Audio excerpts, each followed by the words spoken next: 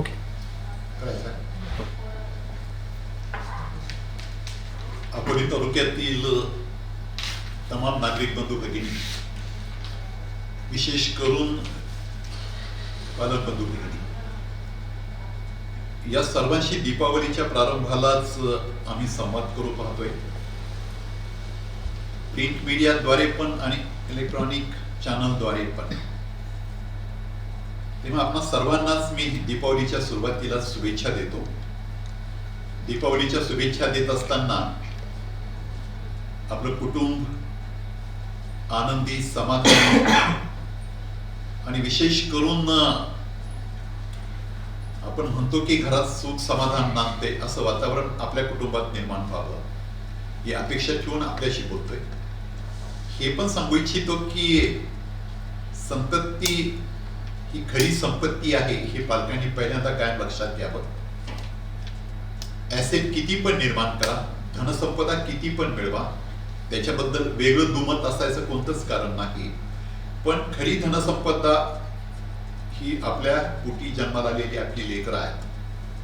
त्यांना घडवणं, त्यांचं करिअर घडवणं, त्यांना जीवन शिक्षण देणं, त्यांची जीवन मूल्य त्यांच्यावर संस्काराच्या पद्धतीनं घडवणं हे आपलं काम आहे. दीपावलीचा आशय पण मी असा समजतो, दीपावलीचं जे काही दीप तेज आहे त्याचा अर्थ पण मी तसा सकारात्मक घेतो की संतती घडेल, वाढेल, ते त्यांचं करिअर करतील, आपलं स्वावलंबन मिळवतील, स्वावलंबनातनच एक स्वाभिमान त्यांना मिळेल, त्यातून राष्ट्राभिमान वाढेल.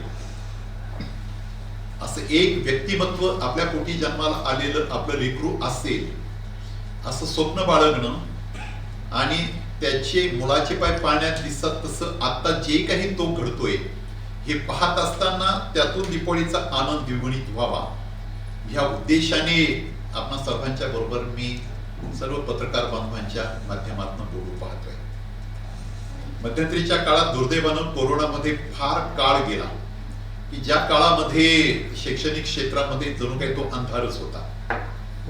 ऑनलाईन अभ्यासक्रम सुरू ठेवण्याचा प्रयत्न होता, तो झालाय पण शिक्षण ही एक मानसशास्त्रीय सिद्धांतावर चालणारी प्रक्रिया आहे असं आम्ही मानतो. टेक्निकल साधन सामुग्रीचा उपयोग करावा लागतो, त्याच्याबद्दल दुमत नाही. ऑनलाईन सुद्धा अभ्यासक्रमाच्या बाबत सुद्धा दुमत नाही. पण प्रत्यक्षात विद्यार्थी समोर जेव्हा बसतो आणि प्रत्यक्षात संवादानं, चर्चेनं अशा प्रकारचं जेव्हा एज्युकेशन दिलं जातं, ते एज्युकेशन टेक्निकली राहत नाही तर त्याला एक मानवी अशा प्रकारचे संस्कार त्यातून घडत असतात. आणि ते मानवी संस्कार प्रस्थापित करता करता आपण केवळ सिलेबस पुरतं मर्यादित राहत नाही तर आपण जीवन शिक्षणच अप्रत्यक्षपणे देत असतो. या उद्देशाने 2, 2.5, 3 वर्षामध्ये ऑनलाईन पद्धतीने हे सगळं साध्य झालं नाही. मुलं घरी आहेत, त्यांचं वय विचारात घेता त्यांना घरी करमत नाहीये, वेळ कसा घालवावा त्यांना प्रश्न पडतोय. अशा वेळेस मग मोबाईल हातात जातो, आपल्याकडे टीव्ही आहे त्याच्या समोर ते बसतात आणि त्यात मग हेच त्यांचं दररोजचं दिनक्रम ठरतो, जीवनक्रम ठरतो. त्याचे काही वाईट परिणाम विद्यार्थ्याच्यावर होतात, काही शैक्षणिक नुकसान पण त्यातनं होतं. असे काही एज्युकेशन लॉसेस हे कोरोनाच्या काळात झाले. पण त्यानंतर मात्र जे काही शैक्षणिक नुकसान, शैक्षणिक जे काही लॉसेस आहेत ते भरून काढणं हे अवघड काम असलं तरी सुद्धा ते केलं पाहिजे. आणि ते काम करण्याची जबाबदारी शिक्षण संस्थांची आहे, शासनाची तर आहेच, पण शिक्षण संस्थांची स्वतःच्या स्वयंप्रेरणेतनं त्या संस्थांनी ते करायला पाहिजे. मग प्रत्यक्षात अभ्यासक्रम घेणार हे जे काम आहे, प्राचार्य, त्यांचे सगळे सहकारी, विद्यार्थी, सिलेबसच्या अनुषंगानं दररोजचं कामकाज, ही प्रक्रिया जेव्हा सुरू होते या प्रक्रियेच्या अनुषंगानंच ते होत जातं. म्हणून अभिनवनं काही प्रयत्न जरूर केलेत. आम्ही शिक्षकांचे काही वर्कशॉप घेतलेत आणि त्या वर्कशॉपमध्ये विद्यार्थ्यांच्या बरोबर तुम्हाला आता जे काही काम करायचं आहे तर केवळ फक्त ते काही सिलेबसचा परिघ आखायचा, त्याचं एक वर्तुळ तयार करायचं, त्याच्या आत आपण कामकाज करायचं, त्यांना पहिल्या टेस्टची ग्रेड कोणती आहे, दुसऱ्या टेस्टची ग्रेड कोणती आहे आणि मग त्याला किती मार्क्स मिळतील, 10वीला किती मिळतील, 12वीला किती मिळतील. हे जरी खरं असलं तर फक्त इथपर्यंत नाही तर त्याची मानसिकता बदलण्याचं एक नवं आव्हान आहे. 2 वर्षाच्या काळामध्ये ज्या ज्या काही सवयी, त्या विकृती नाही म्हणणार, पण सवयी ज्या काही आपल्या विद्यार्थ्यांना लागलेल्या असतात, त्यांचा तो जो दिनक्रम होता त्यातून त्यांना बाहेर काढायचा आहे आणि पूर्णपणे त्यांना शालेय कामकाजाशी त्यांना सामावून घ्यायचं आहे. आता केवळ त्यांना सामावून घेऊन चालणार नाही, तर पालकांना पण त्यात सामावून घ्यावं लागेल. पालकांच्या बरोबरचा पण आपल्याला कायमच नेहमीचाच त्यांच्या बरोबरचा आपला संवाद जोडावा लागेल. तो शिक्षकांना पण जोडावा लागेल, तो प्राचार्यांना पण जोडावा लागेल आणि तो शिक्षण संस्थेला पण जोडावा लागेल. अशा काही बाबी आम्ही निश्चित केल्या आणि त्यातले काही जे जे प्रयोग झाले ते सगळे प्रयोग आम्ही करत आलोय. या सत्रात तर काही अभिनव स्वरूपाच्या वेगळ्या अशा प्रकारच्या कामकाजाची सुरुवात या संस्थेने केलेली आहे. माझ्या शेजारी आता डॉक्टर जयश्री देशमुख मॅडम बसलेले आहेत, संस्थेच्या ते उपाध्यक्ष आहेत. हे काम आता त्यांचं आहे की ते तपशील त्यांनी द्यावे. मी प्रस्तावनेच्या स्वरूपात तुमच्याशी बोलतोय, पण त्याचं स्वरूप निश्चित काय आहे हे त्या बोलतील. अवश्यपणे त्या निश्चितपणे त्याबद्दल बरंच आपल्या सर्वांच्या समोर काही ते सांगू पाहते. त्या जरूर त्यांनी ते सांगावं. त्यानंतर शासनाने किंवा मानव संसाधन मंत्रालय नवी दिल्ली यांनी काही ज्या काही शिक्षण क्षेत्रामध्ये मूलभूत स्वरूपाचे काही बदल करू पाहत आहेत, त्याच्याकडे पण सकारात्मक पाहावं लागणार. ते जे काही नवा अभ्यासक्रम येतोय, केंद्र शासन त्याच्यावर काही नवा अभ्यासक्रम सुरू करू पाहते, काही बंधनं जरूर येत आहेत. वेगवेगळ्या इन्स्टिट्यूटचं मूल्यांकन केलं जातंय, ज्यामध्ये आमच्याकडे MBAचं मूल्यांकन आता सक्तीचं झालेलं आहे. महाविद्यालयाचं NAAC मूल्यांकन पण सक्तीचं झालेलं आहे. आम्ही त्यामध्ये सुद्धा MBAचं NAAC मूल्यांकन करताना जे काही विशेष प्रयत्न आम्ही केले, कोरोनातनं उठल्यानंतरचे ते सगळे प्रयत्न आहेत, त्यात मध्ये आता 30 आणि 31 ऑक्टोबरला केंद्राच्या संबंधित एजन्सीनं जे प्रतिनिधी पाठवलेले होते, त्यापैकी एक जम्मूतले एक प्रतिनिधी होते, एक MP होते, तर एक गुजरात मधले होते. राष्ट्रीय पातळीवरचे अशा प्रकारचे ज्यांचे MBA कॉलेजेस हे देशात विशिष्ट स्थानावर आहेत आणि जगात सुद्धा विशिष्ट स्थानावर आहेत, अशा MBA कॉलेजेसचे प्रतिनिधी हे NAACच्या मूल्यांकनाचे सर्वेक्षण करणारे किंवा मूल्यांकन करणारे प्रतिनिधी होते. ते येऊन गेले, त्याबद्दलची माहिती सुद्धा मॅडम आपल्या सर्वांना देतील. आज खरं तर अधिक मॅडमनं बोलावं म्हणून प्रस्तावनेच्या स्वरूपातच मी आपल्या सर्वांच्या समोर बोलतोय. इकडे विक्रम नवले पण बसलेले आहेत. आम्ही त्यांना याच्यामध्ये जाणीवपूर्वक सहभागी करून घेतलेला आहे. एकूण जे काही अभिनवचं कामकाज आहे, हे अभिनवच्या कामकाजाला 2 अंगाने आम्ही बांधू पाहतोय. त्यामध्ये पहिलं एक मानसिक पातळीवर किंवा आपले मनाचं संवर्धन करून जे एक मुलाला घडवण्याच्या मध्ये त्याच्यामध्ये राष्ट्राभिमान कसा निर्माण करता येईल, त्याच्यामध्ये देशाची अस्मिता कशी निर्माण करता येईल, ज्याला आपल्या देशाबद्दल प्रेम वाटलं पाहिजे, अभिमान वाटला पाहिजे, शिवाय त्याला जीवन शिक्षण देता येईल. केवळ फक्त त्याला मार्क्स 10वीला किती पडले, 12वीला किती मार्क्स पडले, 12वीच्या नंतर तो काय पुढे काय घडेल, हे जरी सगळ्या गोष्टी खऱ्या असल्या तरीही सुद्धा मनाची तयारी करून घेणं, मनाचं संवर्धन करणं आवश्यक वाटतं. म्हणून त्याही बाजूनं आम्ही प्रयत्न करतोय. आणि दुसऱ्या बाजूनं जो अभ्यासक्रम आहे, तो अभ्यासक्रम करवून घेत असताना त्याला काही नवी पद्धती अवलंबायचा प्रयत्न आम्ही करतोय. त्याबद्दल सुद्धा डॉक्टर जयश्री देशमुख मॅडम आपल्याबरोबर बोलतील आणि नंतर विक्रम आभाराच्या संदर्भात आपण सर्वांच्या बरोबर बोलेल. दीपावलीच्या पूर्वी आपण सर्वांच्या बरोबर सुसंवाद व्हावा या उद्देशानं आणि शैक्षणिक कामकाजाची माहिती आपल्यापर्यंत पोहोचवावी या उद्देशानं प्रस्तावनेच्या स्वरूपात मी आपल्या सर्वांच्या बरोबर बोललोय. पत्रकार मित्रांचं पण स्वागत करतो आणि परत एकदा आपण सर्वांना दीपावलीच्या शुभेच्छा देऊन थांबतो. अभिनव परिवारातर्फे मी आपणा सर्वांचं इलेक्ट्रॉनिक आणि प्रिंट मीडियामध्ये आमचं सर्वांचंच समाजाचं प्रतिनिधित्व करणारे आपण सर्वच जण आपल्या सर्वांचं या ठिकाणी अभिनव परिवाराच्या वतीने मी प्रथमतः स्वागत करते व आपल्या सर्वांना दीपावलीच्या शुभेच्छा देते. दीपावलीच्या पूर्वसंध्येला आपण या ठिकाणी ही प्रेस कॉन्फरन्स घेत आहोत आणि आपण सर्वजण एकत्र आहोत. कारण दीपावलीच्या पूर्वसंध्येलाच अभिनव परिवाराला MBA कॉलेजचे जे काही नॅक ॲक्रेडिशन झाले त्या नॅक ॲक्रेडिशनमध्ये B+ ग्रेड मिळाली. ही खरं तर आमच्या सर्वांसाठीच, पूर्ण अभिनव परिवारासाठी एक अभिमानास्पद गोष्ट आहे. कारण त्यामुळे आणखी एक फेदर अभिनवच्या शिरपेच्यामध्ये खोवला गेलेला आहे.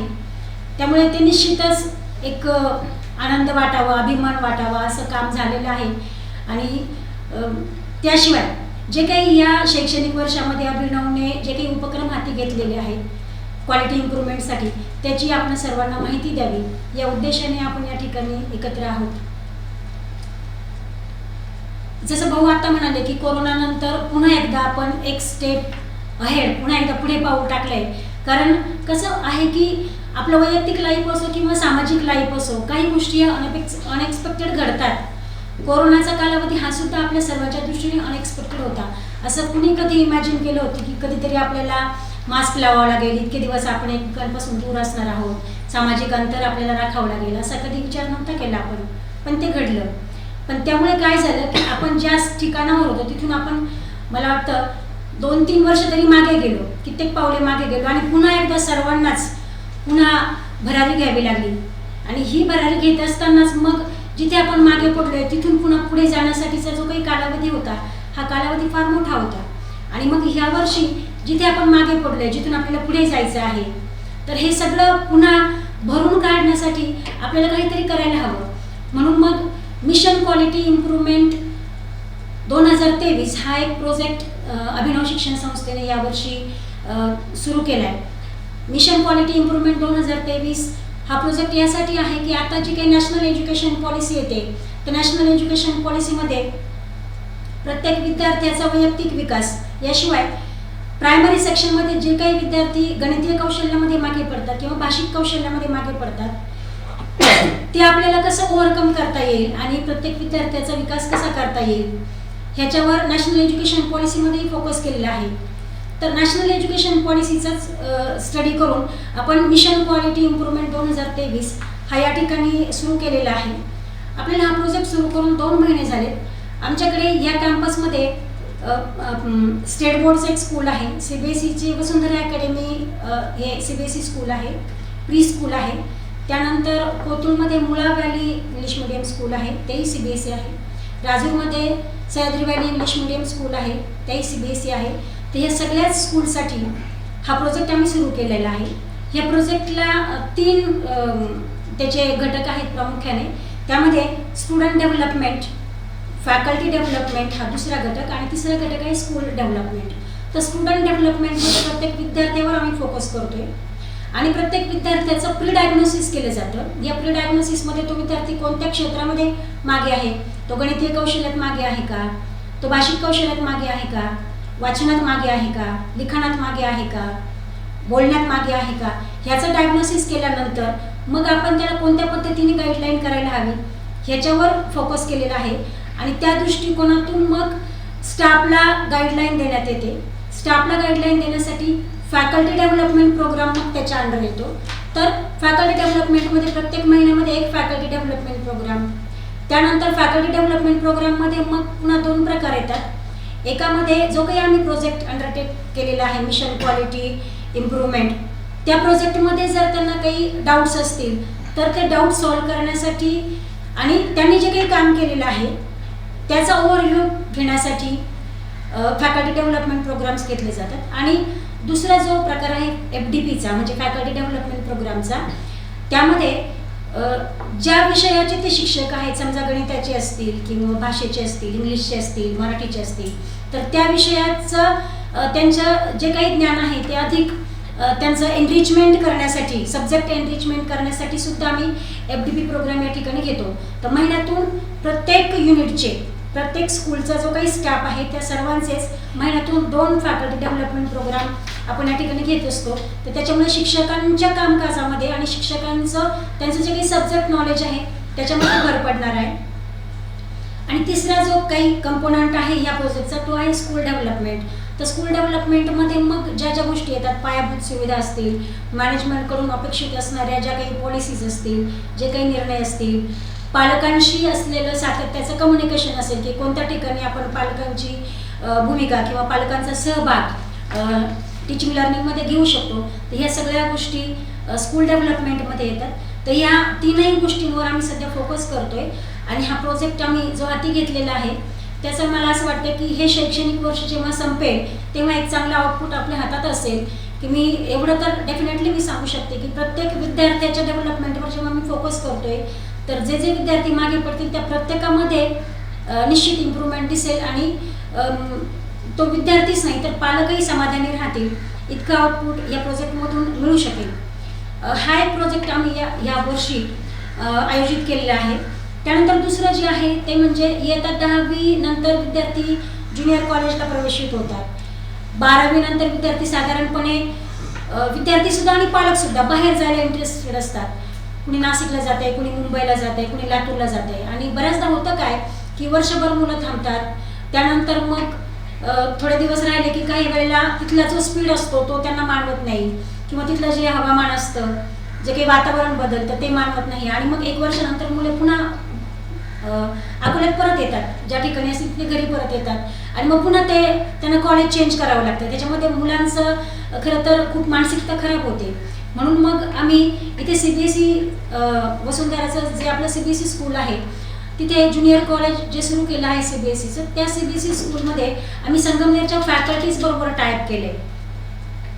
कारण काय होते की सध्या ज्युनियर कॉलेजचे पालक आणि विद्यार्थी एवढे संभ्रमावस्थेत आहेत की कुठे ॲडमिशन घ्यावं आणि आपल्या पाल्याला कुठपर्यंत पोहोचवावं. खरं तर या प्रश्नाला उत्तरच नाही आहे पालकांच्या मनात असलेल्या या संभ्रमावस्थेला.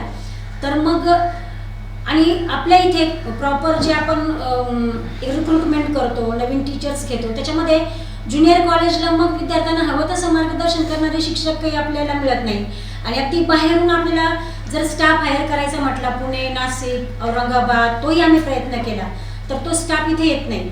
म्हणून आम्ही संगमनेरचे जे काही फॅकल्टीज आहेत की ज्या नीट, JEE आणि अदर ज्या काही एंट्रन्स एक्झामिनेशन्स आहेत 12वी नंतरच्या त्यांना गाईड करतात, त्या फॅकल्टीज बरोबर टाईप करून त्या फॅकल्टीज रोज या ठिकाणी अभिनव कॅम्पसमध्ये येतात आणि ज्युनियर कॉलेजला सध्या ते शिकवत आहेत. याशिवाय फक्त रेग्युलर अभ्यासक्रमच नाही तर नीट, JEE आणि बाकीच्या ज्या काही एंट्रन्स एक्झामिनेशन्स आहेत त्या सगळ्याच एंट्रन्स एक्झामिनेशन्स ते टीचिंग करत आहेत. तर ह्याच्यामध्ये आणखी पुढे जाऊन काम करायचं म्हणजे नेक्स्ट इयरचं आमचं जे प्लॅनिंग आहे पुढच्या शैक्षणिक वर्षामध्ये तर नीट आणि JEEचं अगदी पुण्यामध्ये किंवा कोटामध्ये जो काही स्टाफ आहे त्या स्टाफबरोबर आम्ही टाईप करणार आहोत आणि त्या स्टाफला इथे आपण नीट आणि JEEचं जे काही कोचिंग सेंटर आहे ते सुरू करण्याचं आमचं नेक्स्ट इयरचं जे काही प्लॅन आहे तो आपण हाती घेतला आहे. तर त्याच्यासाठी सुद्धा आपण प्रयत्नशील आहोत आणि मला असं वाटतं की पुढच्या वर्षी आपल्या त्याही प्रयत्नाला यश येईल. 12वी पासआउट झाल्यानंतर किंवा 10वी पासआउट झाल्यानंतर 11वी किंवा 12वीसाठी बाहेर जाणारे विद्यार्थी किंवा नीट आणि JEEच्या किंवा अदर्स एंट्रन्स एक्झामिनेशनच्या कोचिंगसाठी बाहेर जाणारे जे विद्यार्थी आहेत ते कुठेतरी थांबतील आणि त्यांना जे बाहेर मिळतं ते इथे अभिनव कॅम्पसमध्ये कसं उपलब्ध होईल त्यासाठी आम्ही प्रयत्नशील आहोत आणि नेक्स्ट इयरला ते निश्चितच आपल्याला करता येईल. त्यानंतर दुसरं जे काही हायर एज्युकेशनचं आमचं युनिट आहे institute of management and business administration ते 2009 पासून सध्या सुरू आहे. अगदी चांगल्या पद्धतीने मॅनेजमेंटचं कॉलेज आपलं सुरू आहे. परंतु मागच्या वर्षापासून सावित्रीबाई फुले पुणे विद्यापीठाने नॅक ॲक्रेडिटेशन करणं कंपल्सरी केलेलं होतं आणि मग हे नॅक ॲक्रेडिटेशन करणं कंपल्सरी केलेलं असल्यामुळे मागच्या महिन्यामध्ये 30 आणि 31 ऑक्टोबरला आमचं नॅक ॲक्रेडिटेशनचं इन्स्पेक्शन झालं. त्यामध्ये नॅकने पाठवलेले 3 मेंबर्सने कॉलेजचं इन्स्पेक्शन केलं. त्याच्यामध्ये 7 क्रायटेरियाज असतात. त्यामध्ये अकॅडमिक वर्क, त्यानंतर फॅकल्टीज, तुमच्याकडे फॅकल्टीज कशा आहेत, त्या विद्यापीठाच्या अप्रूव्ड फॅकल्टीज आहेत का, एलिजिबल आहेत का, त्यानंतर विद्यार्थ्यांच्या प्लेसमेंट कोणत्या कोणत्या कंपन्यांमध्ये होतात, कशा पद्धतीने होतात, प्लेसमेंट सेल कशा पद्धतीने काम करते, त्यानंतर तुमच्याकडे असलेल्या फिजिकल फॅसिलिटीज कोणत्या आहेत, इमारत, इन्फ्रास्ट्रक्चर, त्यानंतर टीचिंग लर्निंगसाठी आवश्यक असलेलं जे काही साहित्य आहे, मग ओव्हरहेड प्रोजेक्टर असेल, कम्प्युटर लॅब असेल, वेल इक्विप्ड लायब्ररी असेल, अशा अनेक फिजिकल फॅसिलिटीजचं त्यांनी इन्स्पेक्शन केलं. त्यानंतर संस्थेच्या कोणत्या बेस्ट पॉलिसीज आहेत या ठिकाणी त्याचा सुद्धा त्यांनी स्टडी केला. त्यानंतर बेस्ट पॉलिसीजमध्ये प्रत्यक्ष आपण जे काही फॅकल्टी डेव्हलपमेंट प्रोग्राम घेतो त्याच्यावर त्यांनी फोकस केलं की या ठिकाणी ज्या फॅकल्टीज कार्यरत आहेत त्यांच्यासाठी कोणते प्रयत्न संस्थेकडून केले जातात त्यांच्या डेव्हलपमेंटसाठी. त्यानंतर विमेन एम्पॉवरमेंटमध्ये आपण कोणते कोणते उपक्रम राबवतोय. त्यानंतर बाहेर समाजामध्ये जाऊन काम करण्याचं जे काही क्रायटेरिया आहे तर त्याच्यामध्ये बाहेर समाजाबरोबर काम करताना अभिनव शिक्षण संस्थेमध्ये आणि मॅनेजमेंटच्या कॉलेजकडून कोणकोणते उपक्रम राबवले जातात हा सगळा त्यांनी स्टडी केला. त्यानंतर जे काही अदर ॲक्टिव्हिटीज आहेत टीचिंग लर्निंग शिवाय अदर ॲक्टिव्हिटीजमध्ये कोणकोणते उपक्रम राबवले जातात विद्यार्थ्यांसाठी शिक्षकांसाठी काही सामाजिक उपक्रम असे कोणते उपक्रम या ठिकाणी राबवले जात आहेत का त्याचा सुद्धा त्यांनी स्टडी या ठिकाणी स्टडी केला. त्यानंतर जी फीडबॅक सिस्टीम आहे फीडबॅक सिस्टीम म्हणजे इथून बाहेर पडणारे जे काही ॲल्युमनी आहेत मॅनेजमेंट कॉलेजचे त्यांचं कॉलेजशी कशा प्रकारे कम्युनिकेशन आहे पालकांचं कॉलेजशी कशा प्रकारे कम्युनिकेशन आहे समाजाशी कशा प्रकारे कम्युनिकेशन आहे. तर ह्या 7 क्रायटेरियाचा त्यांनी 2 दिवस या कॅम्पसमध्ये पूर्णपणे कॉलेजमधून आणि संस्थेकडून institute of management and business administration Akole या MBA कॉलेजचं नुकतंच नॅक झालं आणि या नॅक मूल्यांकनामध्ये संस्था कॉलेजला B+ आदर्जा मिळाला. ही एक महत्त्वाची आणि आनंदाची गोष्ट तुमच्यापर्यंत पोहोचवावी आणि ती आपल्यामार्फत समाजातल्या प्रत्येक घटकापर्यंत जाईल या अपेक्षेनं तुम्हाला सर्वांना या ठिकाणी आज निमंत्रित केलं होतं. त्याचप्रमाणे नवीन शैक्षणिक धोरण सरकार राबवत आहे आणि शिक्षण व्यवस्थेमध्ये जे बदल होणार आहेत ते बदल संस्था ग्राह्य धरून या वर्षापासून एक नवा पॅटर्न मिशन क्वालिटी इम्प्रूव्हमेंट या नावाखाली संस्था आता सुरू करते. ही एक माहिती आपल्यापर्यंत पोहोचवावी या उद्देशाने आज आपल्या सर्वांना या ठिकाणी निमंत्रित केलं होतं. आपण सर्वजण या ठिकाणी आलात. आपणा सर्वांचं अभिनव शिक्षण संस्थेच्या वतीनं मी मनापासून आभार मानतो आणि आपल्याला त्याचप्रमाणे संस्थेतल्या सर्व समाजातल्या सर्व घटकांना संस्थेच्या वतीनं दीपावलीच्या या ठिकाणी शुभेच्छा देतो.